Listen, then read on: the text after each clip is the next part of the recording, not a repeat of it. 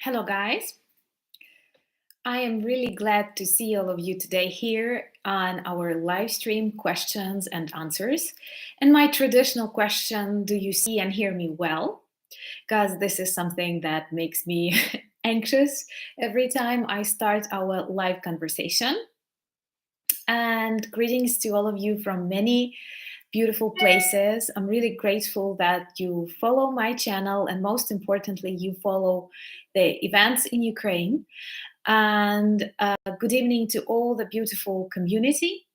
And perhaps before I will answer your questions, and I'm really glad that so many questions were posted before the start of our stream. But there are lots of things happening in Ukraine, lots of things happening in Russia because they've made this mistake and started war with us. So we haven't met 3 weeks, and during this 3 weeks I had beautiful cooperations with Operator Starsky and Vlad Wexler. So I felt like we had conversation, but then I realized that I really miss our conversations, and I'm really glad that so many of you made and joined the stream today. As you advise me, I will ask you from time to time to like this stream as it helps the promotion of the video and more people will learn about the updates in Ukraine. As we are talking today, news on Ukrainian Facebook and media are all dedicated to the success of our counteroffensive and the Liman operation. Liman is a very, very symbolic and important town that now belongs to Ukraine as all the other temporarily occupied territories must.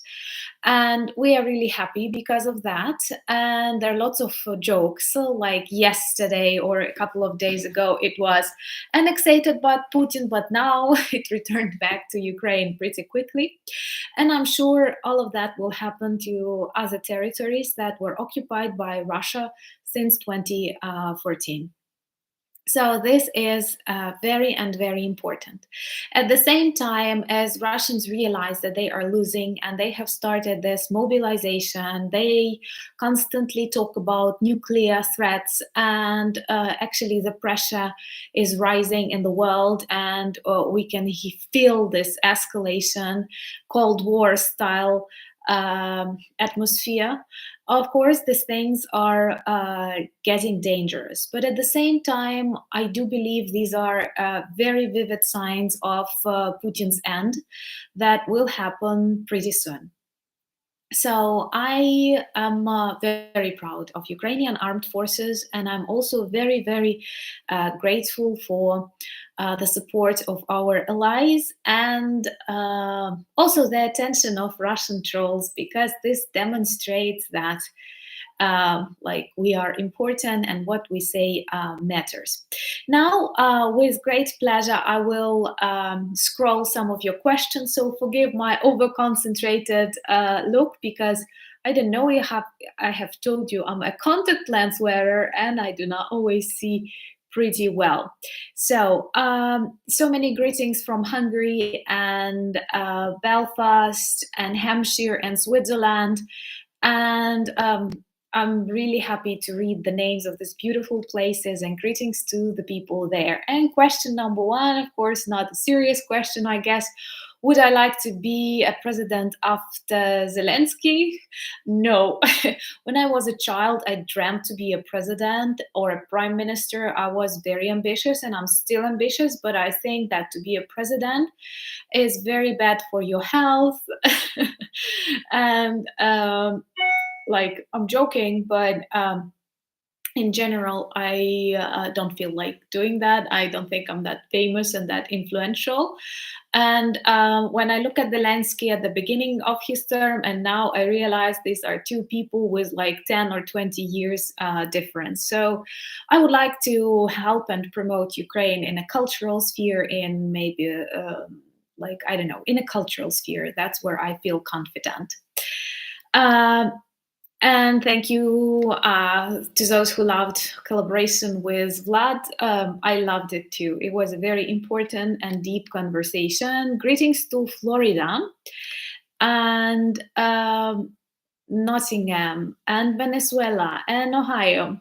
Thank you guys for following and attention to Ukraine. Greetings to Slovenia and Vancouver, Indiana and Denmark, and Stockholm, and California. And somebody hopes like that I'm taking care of myself. Yeah, I do try, I hope. Anyway, I was picking up a sweater that I like because we've got already a sweater weather to make a picture in your screens. Beautiful. And if you like this video, like it. Why do you think, who do you think bombed the Nord Stream pipelines? Any insights of what most Ukrainians think? Thank you for this question. It's really important because this demonstrates the escalation of war. And the majority of Ukrainians are convinced that this is Russian special operation. Special pipeline operation.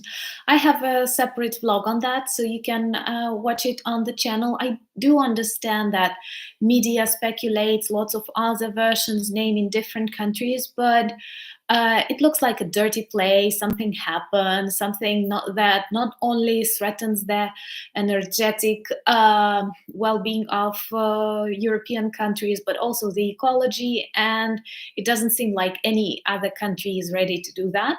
Plus, Russia will definitely use energy, gas, oil, natural resources as one of their arguments in manipulation, global opinion. And I think this is a very bad signal, which demonstrates that, once again, as I've mentioned it before, Putin in his head already started the Third World War.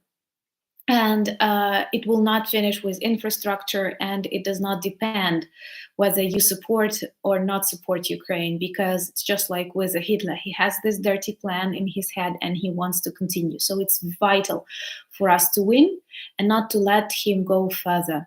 I've never dreamt, like nobody of us wanted Ukraine to become a battlefield, but after it happened, at least we have to stop him. So I do think this is a Russian special operation. There were similar things. They are known for various hackers attacks, for intrusion into election processes. They always finance weird movements that spoil countries' normal living. So it looks very much like a Russian operation. Greetings to New York and Vienna. I have been to Vienna. It's a very beautiful city. And glory to Ukraine and Hawaii and Norway and Sweden.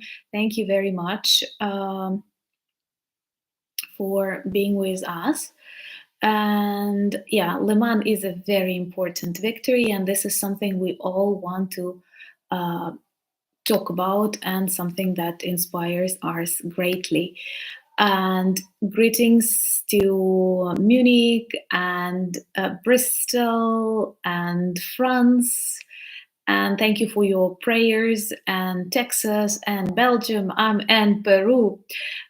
When I was at school at the final class, I was working as an interpreter for one folklore festival.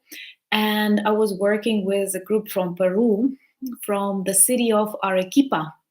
And it was magical. I loved the culture so much, national dances, and it was very, very inspiring. Greetings to Ireland and Berlin.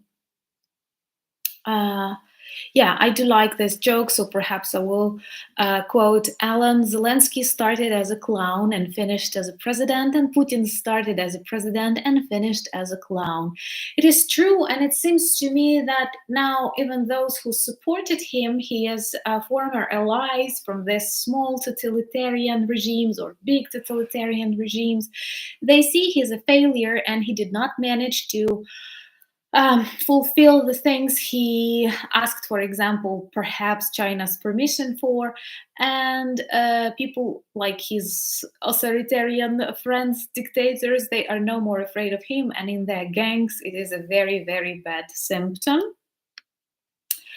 Greetings to Uppsala and Netherlands and Washington, and Did you learn about the Russian rapper who committed suicide because he didn't want to be drafted? No, I don't, but I'm sure you all can see what happens after Putin announced mobilization.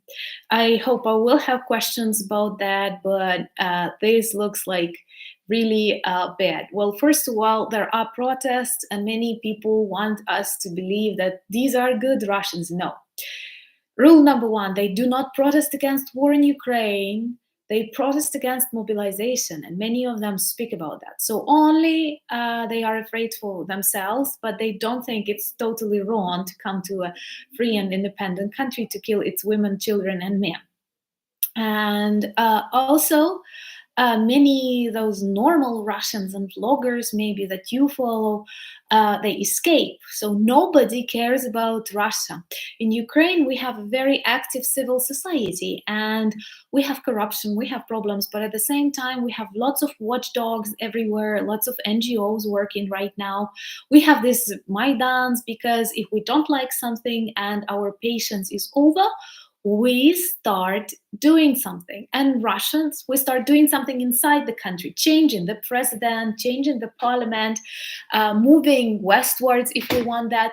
And you see that in Russia, they are doing a totally different thing. They escape Russia. So those who can be considered normal, more or less, who understand that Putin is evil, war in Ukraine is unnecessary, if not a sin, what they do, they escape. So this is actually a tragedy. How does Ukraine have the manpower and resources to keep all those Russians prisoners of war?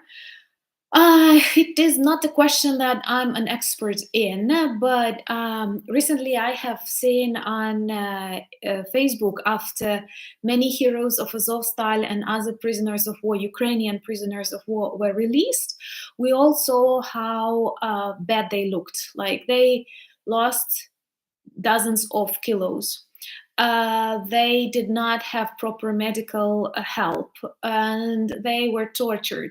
And then you have pictures of Russian. Then you have pictures of Russians, and you realize that, oh my God, it all looks really, really.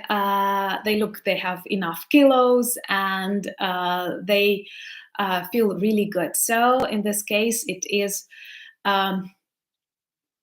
A demonstration. I also know there is an idea that they can help us rebuild something, and they can help us. But I don't like this idea, and I think this is. Something we have to think about. How can we take care of them? Also, I ask you to like this video if you like what I'm saying, because it helps to improve the performance. Greetings from New Zealand, and also congratulations on Le Mans victory. Thank you. And question, thank you to those of you who watch our new project, Soviet Myths Debunked, because many old Soviet myths, they still fuel Russian military machine. And you cannot imagine how many people in post-Soviet countries live under the influence of Soviet propaganda, and they have sentiments. We sometimes call them Homo Sovieticus, and they vote for pro-communist parties, or they support special military operations and other things. So it is very, very important to debunk this myth, so that people in the West, or people who are younger, who did not experience Cold War, for example, learn more about this darkness and realize that countries like Ukraine, like Baltic countries, like Poland, they did not choose communism. They were actually occupied by communists. So I was wondering if you could interview older people about life in the USSR for part of this, also museum tours. Well, maybe I'm like not a professional interviewer, but I do like this idea, and we are working on Soviet myths debunks. We are working with a very good friend of mine who is an operator, and he does all the rest. Anyway, I'm talking and writing, and he's filming and making it all look nice. So we have this idea that maybe we should go out and film something in the real life. I cannot tell you that like I have enough time to interview people on the streets, and I don't feel it's my format, but there are some like museums or maybe buildings or maybe even people that we want to show you. But you know that at the very beginning of my vlogging, I was constantly telling you that I'm not a professional vlogger. I grow. Many of your advice helped me become more professional. And Soviet Myths Debunked is the first project that is actually more or less professionally prepared. So many more to come, I hope. Let me know what the things you would like us to speak about, and it doesn't have to be only connected with Soviet Union. But of course, you are very right, and a museum tour is a very good idea. So thank you for that. Well, a question: if we have any plans to collaborate with Vlad, I would like to hope we will figure something out. Greetings to Australia. And I agree that Russians are crazy. Yeah. Well, I don't know. Well, personally, I think it makes little sense for Russia. Well, everything makes little sense for Russia. Some of you in the comments left me a very beautiful quote that I personally, like, I don't remember who the author is, but I feel sorry because I realized this is someone huge. And it was like Putin, with this war in Ukraine, Putin committed not a crime, but worse, a mistake. And this is like so true, because his own actions will lead to the fall of his empire, nothing else. So greetings to the UK and Michigan, and thank you for the thank you for the compliment that I have a potential to be famous. But I'm so honored that you watch my videos and I can tell you more about my country. You cannot imagine, like, I have my palms wet when I think about that, because when I started vlogging, I did not expect it to be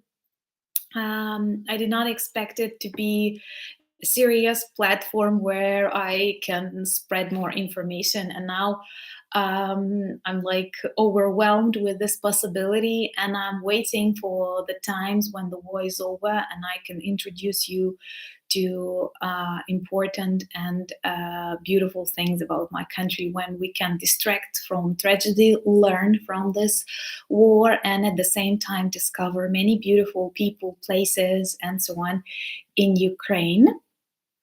And Russia could have easily done it with a submarine, like a submarine, or I don't know, how do you call those people? Frogmans. They have many people, they have many like special operations. This is very typical for them to pretend that everything is like fine, and they are not guilty of doing something. There are no green people in Crimea, and at the same time, Crimea is annexed by Russia. So it is all very, very Russian-like. Good. Thank you for watching, and greetings to Southern Finland. We love Finland, and we feel like we share lots of things in common. And you know that your experience is an inspiration for us now. How do you think Ukraine will evolve politically after you have won the war? I like questions like that, and I like to imagine the time when we win the war. But of course, it is a long road. And at the very beginning, I believe this is going to be 2 weeks, 2 months, but now I realize this can be much longer. But I think that, like, not in Ukraine, we do not worship our politicians. Traditionally, we make jokes on them. We don't like them, and I think it's normal. It's characteristic for a healthy society, in contrast to, I don't know, Russia, China, North Korea, where they pray to their actually funny, silly, pathetic dictators. And I believe that we will have a even stronger civil society. And personally, I'm a supporter of joining the EU. I do understand there are lots of problems in the European Union, but there are more problems in Russia or when you live next to Russia. So there are lots of things like mobility, like free trade, like students exchange that will definitely help us. I'm also a pro NATO supporter, and I think we will have to stay strong militarily, and also that we will not be indifferent to injustice. After so many countries helped us during these difficult times, I believe we will do the same for other countries. So this is important. And thank you for that question. Okay. Yeah, Sweden has like watched some submarines next to these pipelines,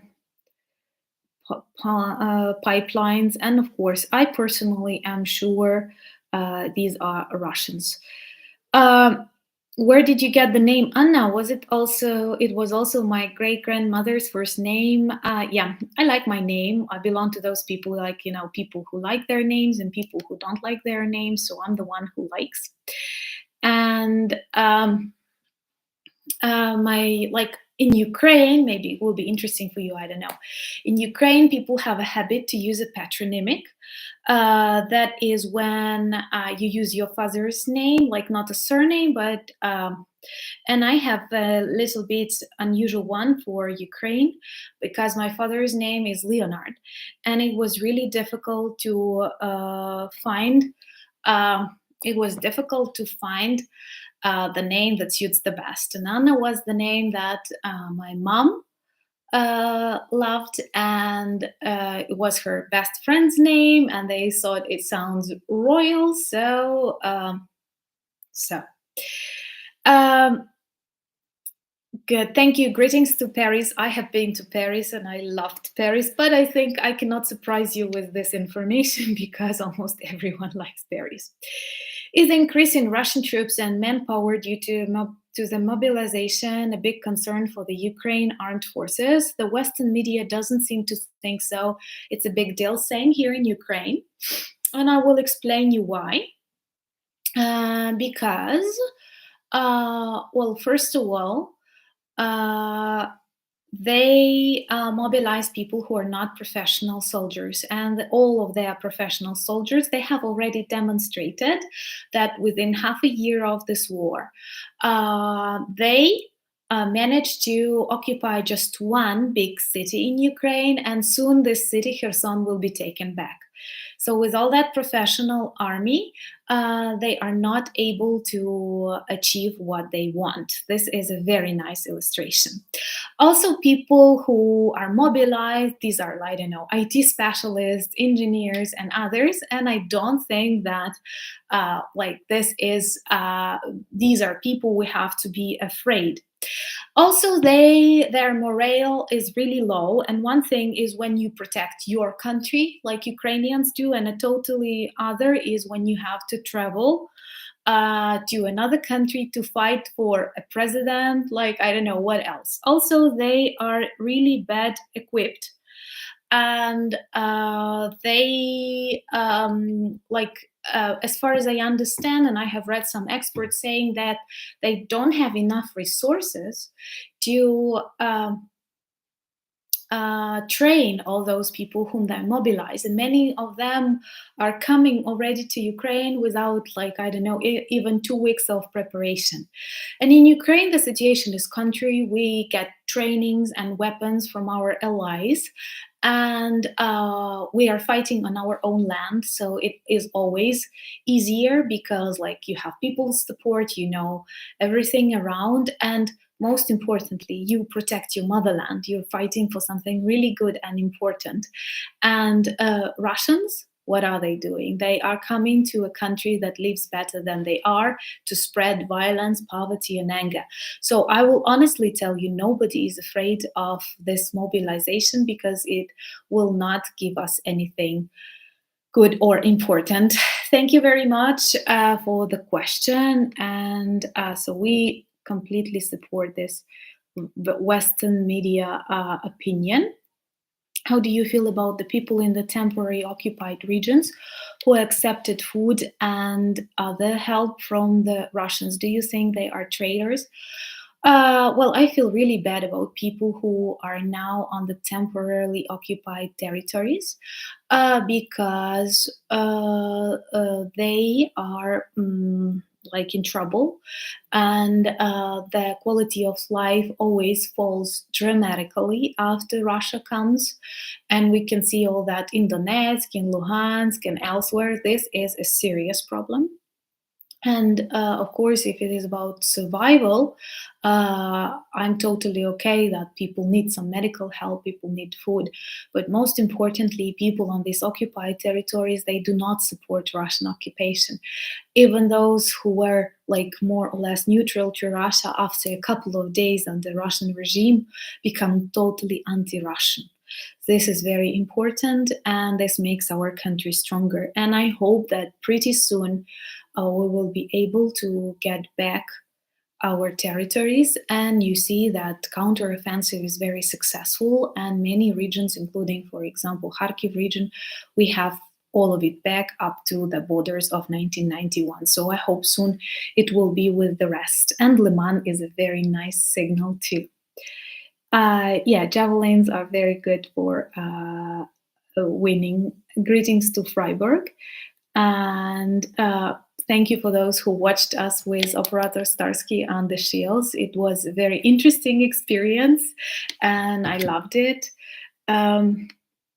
Greetings from, okay, thank you very much. Greetings to the United States and to the UK and Portugal. I know you're a very tasty country, people tell me. And okay. Hi, Anna, do you live in Kyiv? Are you scared of potential nuclear strike? And glory to our brave people. Thank you for this question. No, I don't live in Kyiv. I live in the western part of Ukraine that is considered semi-safe. And I live in Lutsk. It is the center of Volyn region, and we actually border Poland and Belarus. And at the same time, yeah, I cannot tell you that like I 100% believe that nuclear war is possible, but I was the one not to believe that full-scale war is possible with Russia. So everything can happen, and in Ukraine we are very much afraid of nuclear power stations, that they can be attacked. And many people, like on your Facebook, in the newspapers, you can come across articles that advise you how to act when you see that when you see a nuclear mushroom. This is something I wouldn't like to see ever in my life. But there are rules, and we have this suitcases in case of emergency, and we buy raincoats and scotch to protect ourselves. So we have all of that. And it's weird when, like, just half a year ago, I knew nothing about nuclear powers, and now I know how to behave in this situation. I hope this won't happen, because this will be like, I don't know what, but Putin is crazy enough, and he can use tactic nuclear weapons or once again target the nuclear stations, and this is not going to be good. Thank you very much for this question. It's important. Uh, okay. Thank you for those who watch my channel and say that you like my channel. And I'm really, really honored for that. And okay, what is the strategy for the winter? Food and fuel must be catching stockpile, but where is the safe with bullets flying all around? Yeah, once again, I'm telling you that I'm lucky to live in a semi-safe zone, but there are very many hotspots on the territory of Ukraine, and it's not simple for people to live there because they don't have electricity, they don't have internet, they don't have mobile connections, there are food shortages. And also, like we all see with these pipelines in the Baltic Sea, we all see Russia is capable of everything, and of course they will use gas and they will use heat as one of their arguments in the war. And this might be like bad. So there, people are thinking about alternative ways of heating, and also we think about like some products. All of us have products. Like Ukrainians traditionally like to have more food. This is the way to feel safe. But now, of course, there are some canned products and everything that you can have: sugar, salt, candles, because we can run out of electricity, and that is important. But of course, we are all unprotected. And I had a vlog, if you're interested in, where I speak about this energy crisis and describe gas wars that we have already had with Russia. And they traditionally start that in winter. They like doing it that way. Okay.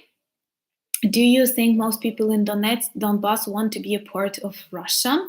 No, I don't think so, because like you may see that all these territories where Russia is, they become very depressive. They have this. Donetsk was a very beautiful city with lots of hotels, with lots of shops. It was one of the best and dynamic cities in Ukraine, and it hosted Euro 2012, it seems to me, an airport. Everything was very beautiful. But now, nobody wants to live there. There is no opportunity to study there normally. So this is a huge problem. And where Ruski Mir comes, you have so many problems. That's why I'm sure that people of Donbass are waiting to come back to Russia, to Ukraine. But there are many people who have come to Crimea, to Donbass, to Luhansk from Russia. This is Russian politics, Russification. My next Soviet Myths Debunk series actually speaks about that. And like it is really, really important to understand that some of these regions were pro-Russian because of genocide that was committed on their territories, and because of this deportations and various national policies that were very common for the USSR. What is okay? Watching from Amsterdam. Thank you very much. Are you doing regular lessons in university now and still online lessons? So far, I had only online lessons, and we hope that some lessons will be offline. But for example, my very first lecture was interrupted by an air raid, and we have to stop it, and students were asked to go into bomb shelters.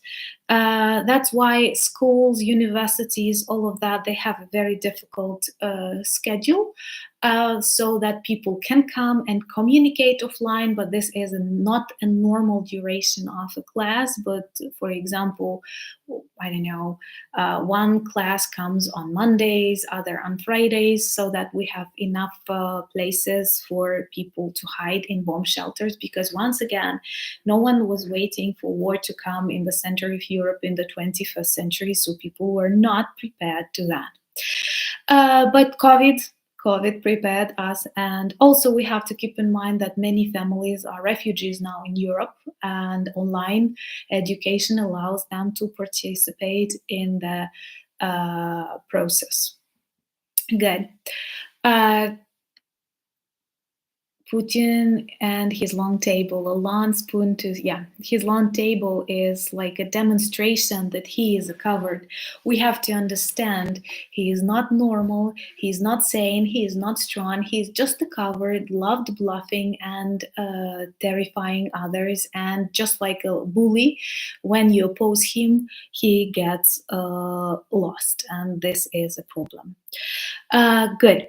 The next question: will others pull away from the federation in time, do you think? I don't exactly understand this question. Honestly, if you're speaking about other other countries that can go out of the federation, this is actually my dream. I do hope that one day Russia will collapse and many new, beautiful, independent, free countries will appear. That is very, very important. All the Russian bloggers I sometimes listen to have now left Russia, including one called Inside Russia. Yeah, this is very symbolic, and this shows that even this like normal part of the Russian society is not ready to change something inside Russia. They escape.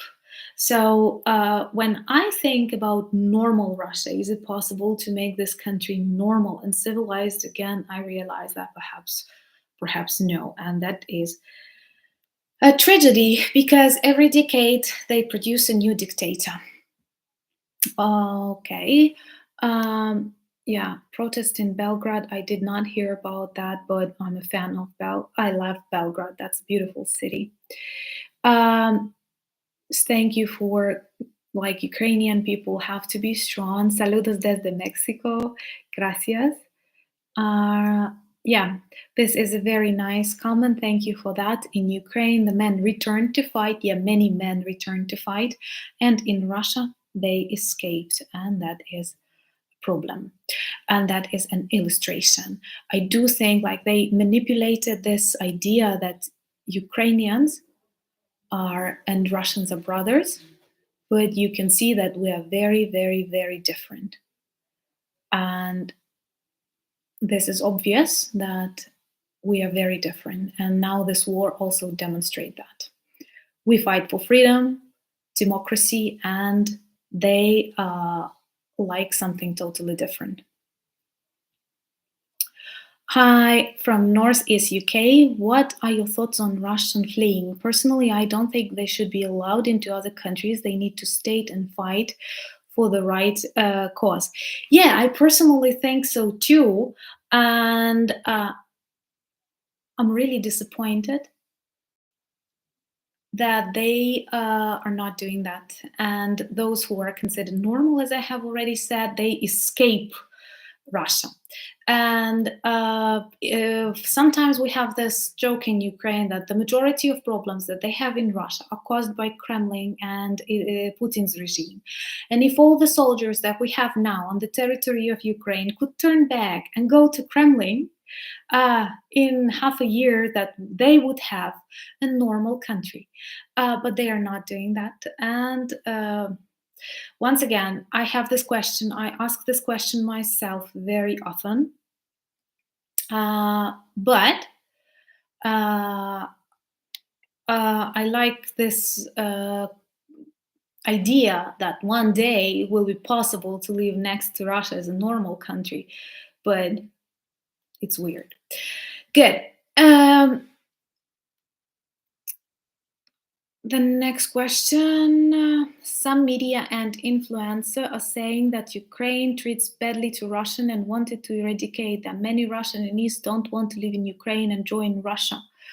Of course, this is Russian propaganda, and you are free to come and live in Russia if you like Russia. You are free to come and live in Poland if you like Poland. Ukraine does not keep anyone inside. So this is a weird question, but all this is definitely a part of Russian propaganda when they like do bad things and pretend that these are other people. It's very Russian. When they threaten that something can happen, they will do that. So living next to Russia, we know that pretty well. Hi, Fro. Okay. Then good evening, Anna. Enjoying saying Ukrainian treats better. Okay, that was a question I have already answered.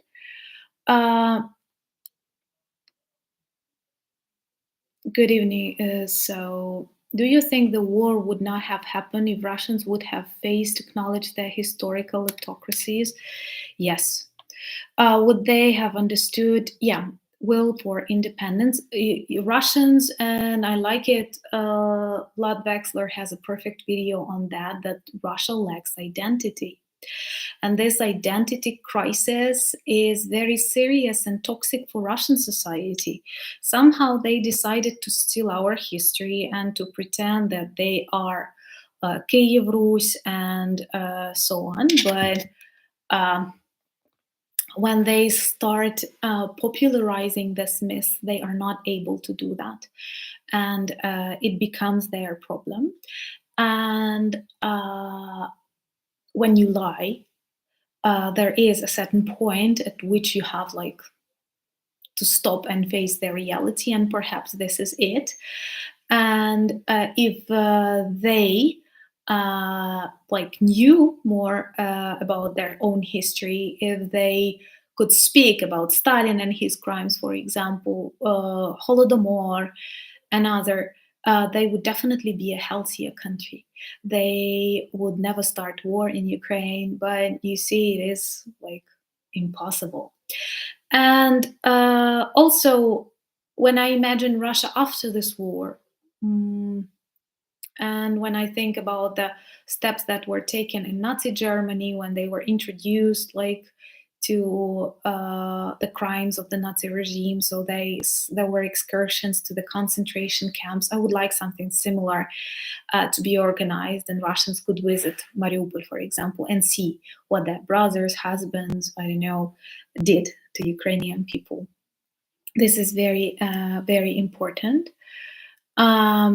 Okay, greetings to Denmark, and I also hope that the day when it is safe to travel to Kiev will come soon. And greetings from Scotland, and greetings to Scotland. Will you go back to teaching after war? I continue teaching right now. You see, it is very important, and our president often speaks about that, but we Ukrainians realize that too, that we have to stay strong, and we have to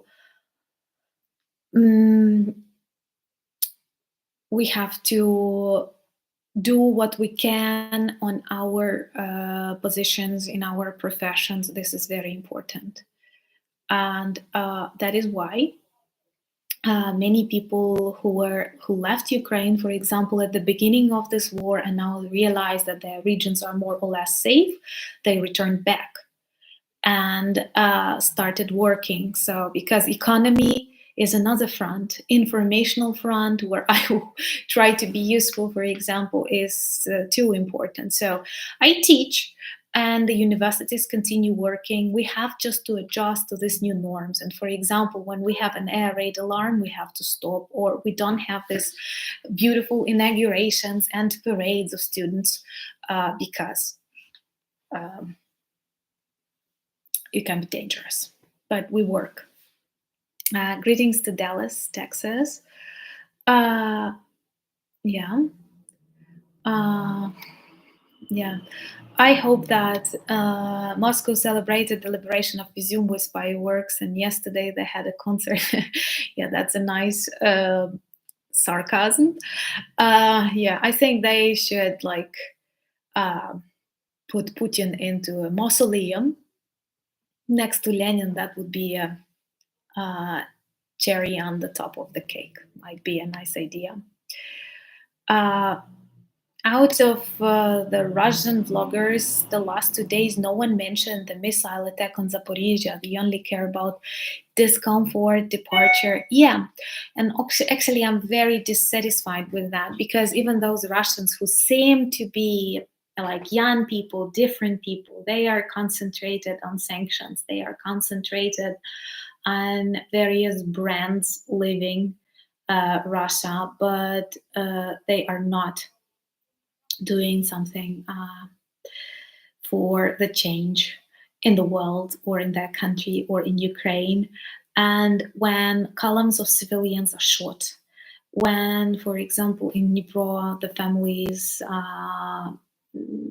dead as a result of Russian attack, and father is fighting at front, and there are lots of other ugly examples within just last couple of days. They shoot at civilians, they kill children, and vloggers speak about sanctions and analogs of McDonald's, and people watch that. You know, they have millions of views. It's not that I'm jealous, but there is something that I don't understand about the attitudes.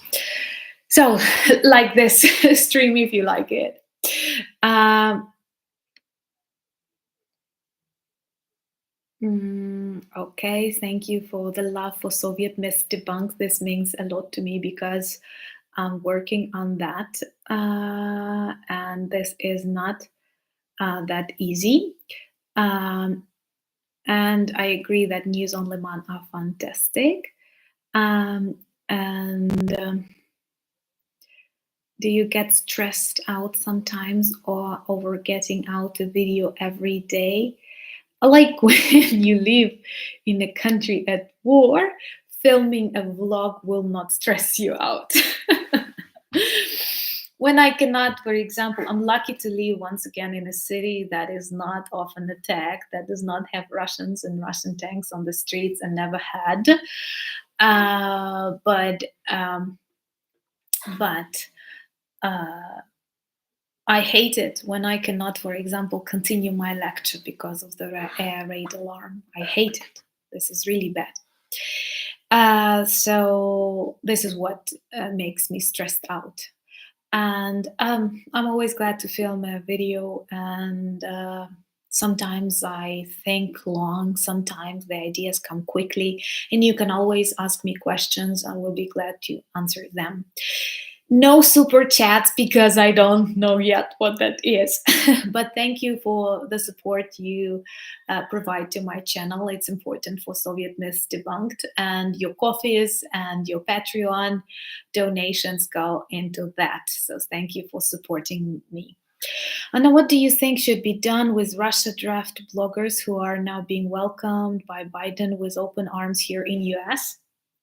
I think if they are welcome, they have to start working, and they have to start working on this debunking, if it's okay to say so, Russian propaganda, and trying to influence people all over the world, spreading the truth about Russia, maybe influencing people inside Russia if they are bloggers. That is their task, perhaps. But I personally don't like the way they escape and the way they are treated as heroes, because come on guys, this is not heroism to flee your country that is an aggressor, to change your country, to fight for your country, to liberate your country from a dictator. This is what is important.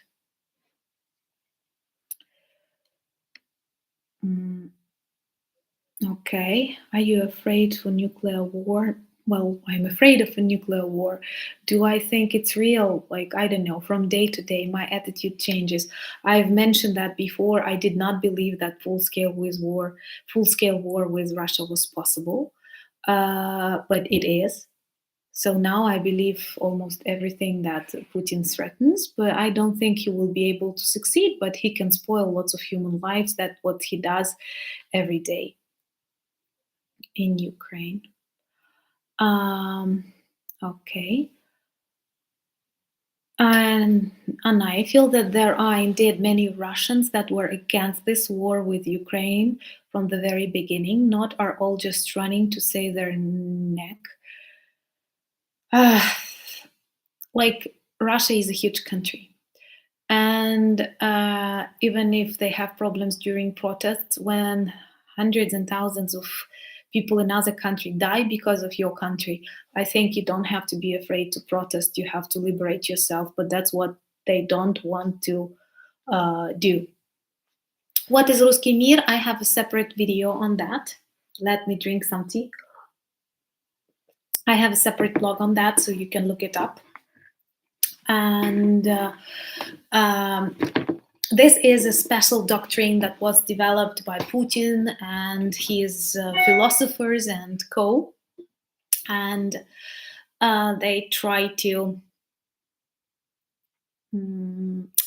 demonstrate that the West is rotting and Russia is the very important civilizational center, and it is focused on Russification, on Russian Orthodox Church, and reviving old Soviet myth. It's so weird because it's a combination of Russian Empire with the Soviet Union, with modern Russia. But the idea is to Russify, to spread Russian Orthodox Church, to deny other countries and nations that were once part of the USSR, to destroy indigenous peoples that now live on the territory of Russia, and to demonstrate everything Western as evil and negative. But I have a separate video where I speak about that in more detail. I think Russian visas are on the hold. Are these asylum seekers? Well, like, there are many countries that have visa-free regime with Russia, and it seems to me that the majority of those who don't want to be mobilized, like vloggers we talk about, they move to these countries.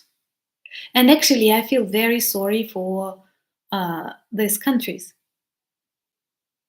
because somehow Russians, when they live somewhere, they start spoiling normalcy of that country. Have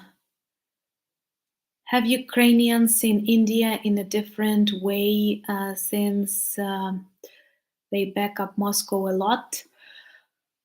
Well, it's a very complicated question. I have many subscribers from India who support Ukraine. And I know that India is very, very, very far away from Russia, and they had lots of economic ties with Russia, and perhaps they know very little about Russia. It's a problem. When you live really far away from someone, you have a totally distorted picture of that person, of that country. And I think they have a totally different vision of what Russia is. And that might be one of the reasons. But of course, it's difficult. Like, we are grateful to all of our allies and people who support us. Okay.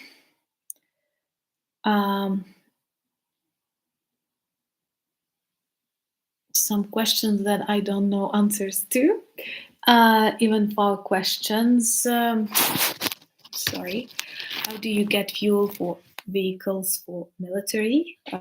Like, I don't know, but I know that we don't have problems with that fuel for military vehicles. So perhaps they have some military petrol stations. I don't know. Nord Stream, who did it? I have answered the question. I think it is Russia. Do you still see shellings in Kyiv? No, we don't. But from time to time, missiles come and they hit civilian infrastructure.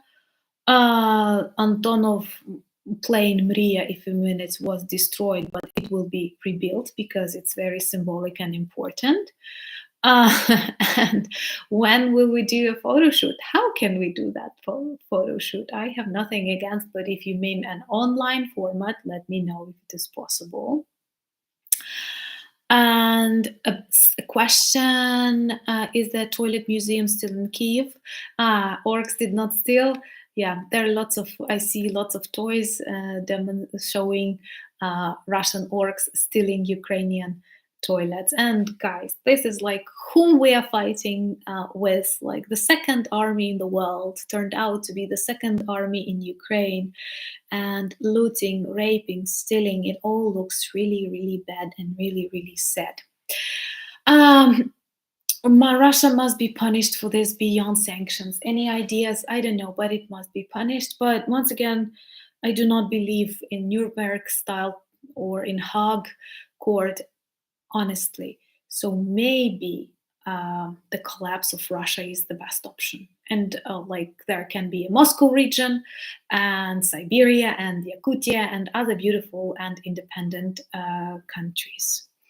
Greetings to Finland, and Russia is obsessed with Ukraine and NATO. Well, like we are not members of NATO. We were not members of NATO when this war started.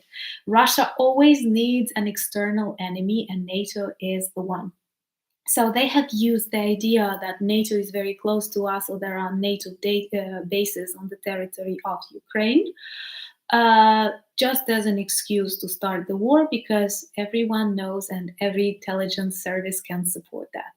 At the beginning, one of the main demands was that we'd never enter NATO.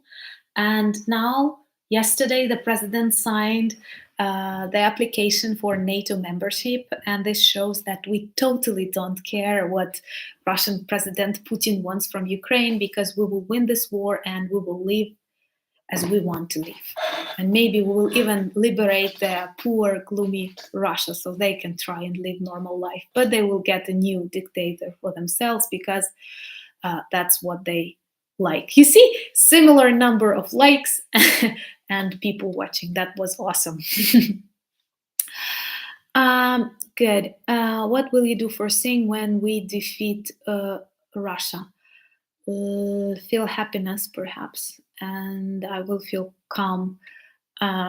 Because like I cannot tell you that I'm like nervous all the time, but war is something that interferes even when you like are lucky to live in a semi-safe zone. It interferes with your everyday life and everyday activities, and you cannot like live normally when so many people go through so many problems, and when men are mobilized and women are mobilized, and you cannot like imagine what life will be. Okay. Tell us more about you. But like, what can I tell you more about me? I like walking. I like reading. Now I drink tea with lemon, and there is a bear on my cup. I don't know. What else can I tell you about me? Yeah. Oh, I have the best sweaters. Thank you. Like as a girl, I like such comments too. Thank you for enjoying Soviet Myths Debunked. I will try continuing them, and let me know if there are some myths you would like me to debunk.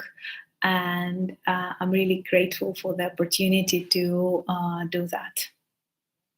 And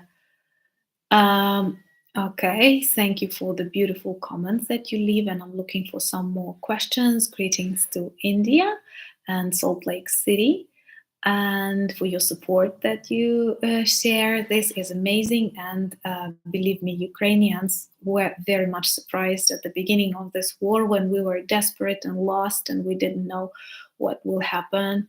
And all of that like was really very difficult for us, and when we realized that the world is with us, that was very, very, very important.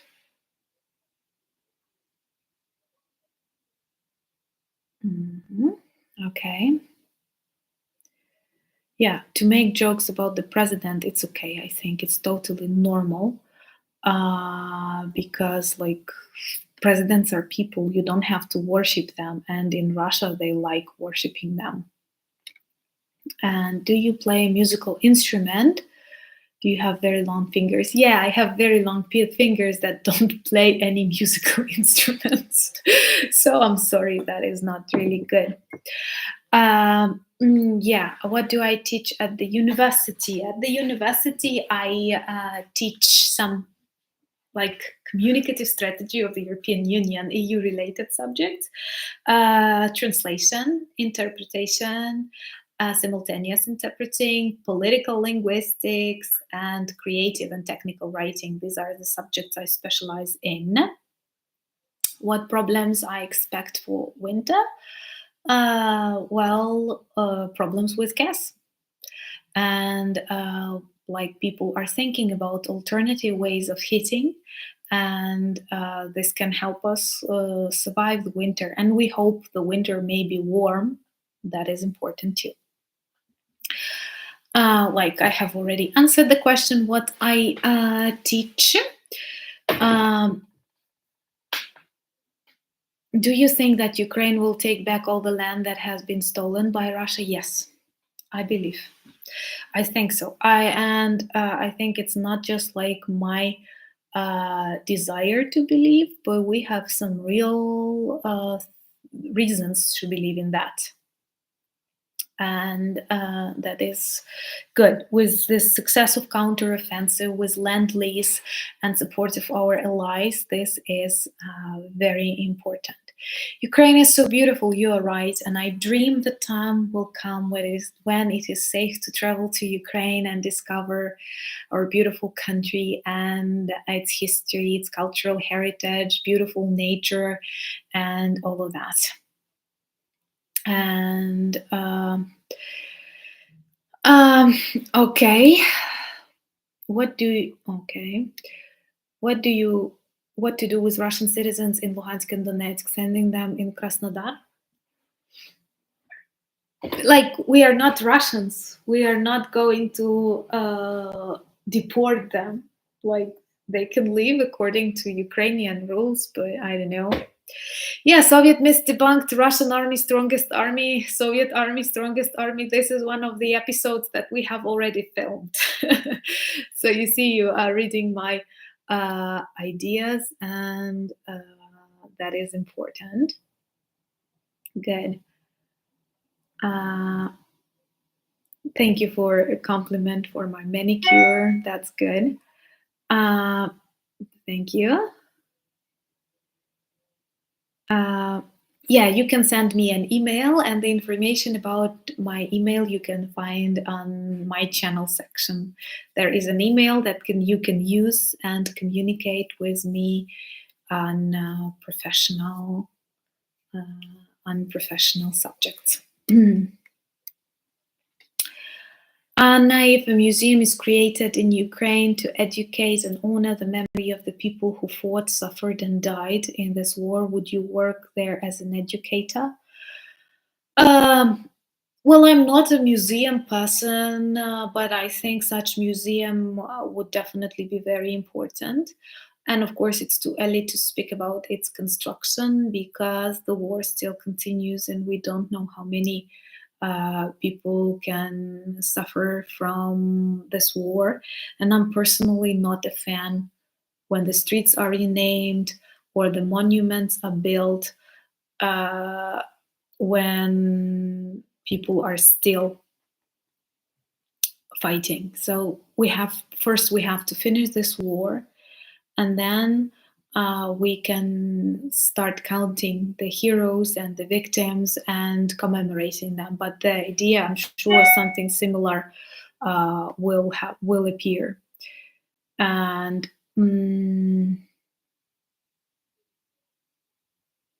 okay.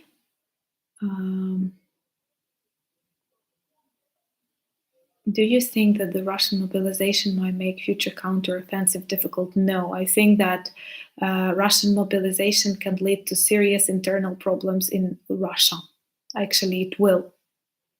So it is more good than bad for Ukraine. Once again, they don't mobilize professional, like warriors. They mobilize orcs. I'm sorry. What ways are there to emotionally support those going through stress of the war? Like, I don't know, it has different levels, starting from this personal in communication, feeling that you're not alone, and finishing with more like supporting when we know that our country has allies and we feel that very much. So once again, I'm very grateful to all NATO countries, to countries that are not in NATO but support us with trainings, with weapons, with accepting our refugees, or even speaking about Ukraine. This is very and very important. Yeah, I know that some people call tea with lemon Russian tea, but like when I drink it, I destroy it. So I destroy Russian tea. Greetings to Lithuania, and I think you have a very beautiful country. I have been there, and I would like to come back for a dozen of times to eat zeppelin and to walk in the beautiful, misty streets. Could Ukraine assist Georgia, Chechnya, Kazakhstan, Moldova, and other areas that want freedom from Putin? Could Ukraine assist in taking out the government? Like, Ukraine can share its experience, and I'm sure these countries can liberate themselves, especially now when all the soldiers and armed forces of Russia are in Ukraine, you know. So at the beginning, I very much hope that many territories and many countries that are partially occupied by Russia will use this opportunity and open other fronts that could be very, very important for Ukraine, and that could simplify many of our military tasks. But it didn't work out that way, and like, we're fighting. So first we have to win this war, and then maybe Putin's regime will fall by itself, and these countries will have the opportunity to get back their territories, or we will be ready to share our experience. But Ukraine does not invade other countries and does not fight for okay. Yeah, Jake Bro is a very cool guy. I enjoyed our interview enormously, and also I'm a huge fan of his channel where he speaks very professionally. And I often consult my ideas and check my ideas with his videos. Of course, I don't have that many subscribers as he does, but if you haven't checked Jake Bro's channel, do check it. He's really cool, and he's professional in what he says, and we are very lucky. I mean, Ukraine is very lucky that we have a person like that to speak about us on YouTube, having a lot of supporters. Do you think Eastern and Western Ukrainians have a stronger bond because of the war? Yes, 100% yes. This is something totally different that Putin expected at the beginning of this war. But he wanted to denazify Ukraine, and I don't like, of course, Ukrainians are not Nazis. For Russian, everyone who is not Russian, who does not want to speak Russian, who does not think he is Russian, is a Nazi. So if you are living in Poland and you say you're a Pole, or you live in Lithuania and you say you are a Lithuanian, not a Russian, you are a Nazi. But they wanted to erase our national identity, to destroy our culture, and they failed. They did just the contrary. Many people who were neutral to Russia, who did not see Russia as an enemy, saw it. Look at Kharkiv. Kharkiv was on the border with Russia. Many people had family, economic, cultural, educational links with the region, traveled there often. They did not believe it is possible. But now, nobody makes them. They want to switch to Ukrainian. They want to absorb new Ukrainian traditions because they feel like now they realize what Russia is. Now they believe how awfully the cultural identity of the region was destroyed, and all of that is a really, really serious problem. So now Ukrainians are extremely united. And, at the beginning of this war, I was very much afraid that many people will have different opinions. For example, some people will want to continue the war. Others will want to negotiate and stop this war. The sooner, the better. Hmm. But now I see that Ukrainians are very much united, and we don't want to negotiate with Russia. We understand Russians are terrorists, and we can finish this war only by victory. And when Putin's regime falls, we can take a break and start rebuilding the country, but at the same time, to be eternally prepared, because Russia is our eternal enemy, at least for a couple of centuries. So we have to learn this lesson once and forever. Ukraine was united. Ukraine, like Russians, very often in their propaganda like to show that Ukraine is very different, or like to separate us. But this is just a similar technique they used, for example, in Germany, where you have West Germany and East Germany. The one that was under more influence of Soviet Union and communists suffered more. Was more poisoned by special services and all of that. So the same about different parts of Ukraine, but this is one country, and we feel united, and we understand it's very important for us to be okay. I hope that Ukraine can be a member of NATO, and I'm sure there are lots of things we can share, and Ukrainians want to be useful to the world. And the experience that our soldiers, our generals, our ministers, and our politicians get daily, they are very important, and I'm sure they will be useful. So, those of you who will vote for Ukraine in NATO, vote for Ukraine in NATO. We can be useful, and this is really important for us. What do you think about Poland? Why you countries have complex history? I live next to Poland. Poland is the country that I have visited the most. Today, Poland helps us very much, one of the strongest supporters of ours. Many of quarrels between Ukraine and Poland, especially right now, were returned back into conversation. Because they were like this is a very popular Russian technique to provoke, to make people quarrel, to make countries quarrel. We live next to each other. There were lots of mistakes, there were lots of problems, but now our countries cooperate, and we know that we have to fight against our common enemy, and that common enemy is USSR, which is now called Russia. Yeah, I think maybe one day we will be able to create our own HIMARS, but not yet. Thank you for the support from the USA, and thank you for the support that we feel from all the other countries. And you are right, Putin, Hitler, Stalin, all dictators, they look the same.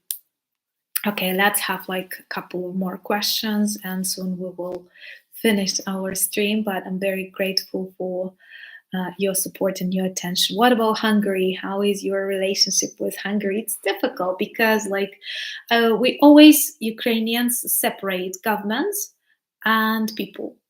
For example, Georgians. Georgians suffered a lot from Russia, and they know what Russia is.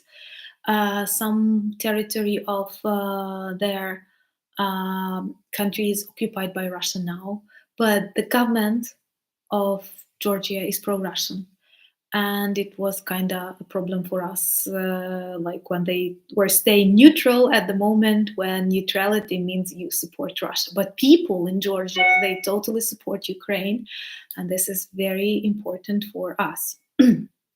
Also, I think the same about Hungary. Hungary is a beautiful country, a very tasty country. I often travel through Hungary to other European countries. And at the same time, their politicians are toxic. And I think it is a problem not only for Ukraine, it is a problem for Hungary too. Because this can turn into an authoritarian regime and Putin style governance, and that is not good. So I think it may be a problem for all. I don't have any contact with Russian YouTubers, and I cannot tell you like I very much wish like Nikki Proshkin or something. I don't follow him. Do you think there are more countries where the people become apathetic and uninterested in politics, the same as Russia? Oh, well, like I live next to Russia, I suffer from Russian aggression. I cannot answer you this question. Like I don't know what about other, but of course, those countries that are run by dictators, they always suffer, and that is a problem. Because dictatorships that they drain human brain emotions, they lead to many problems in the countries, and if it stays for decades you get something like Russia. People who do not want to take political decisions, people who want to how do you delegate them to a crazy man that is their president for 22 years, you know. It's a problem. Like you can live all of your life with just one president. I cannot imagine something similar in Ukraine, like one president for 30 years. Come on, you cannot have one like rector at the university even for more than 10 years because it's bad. Like even if you have the best person and he stays in his position for so long, this person will definitely be spoiled, and it is not good. Greetings to St. Paul, Minnesota. And thank you for your support that you demonstrate. Yeah, do you follow Iranian uprisings? Yes, I do, both as a person in a country at war and as a woman. I know that Iran was once a beautiful and free country, and its people and its women want to be free once again. And one comment that I loved on my channel, that if Russian men protested that passionately as Iranian women, mobilization would fail and war in Ukraine would fail. So I did like it. And that is an inspiration. I hope they will manage to become free. Good. Yeah, so 2 people from St. Paul, Minnesota. That is already good. And people from Finland and Illinois. And thank you guys for following. And okay, maybe just one more. Yeah, power to the women of Iran.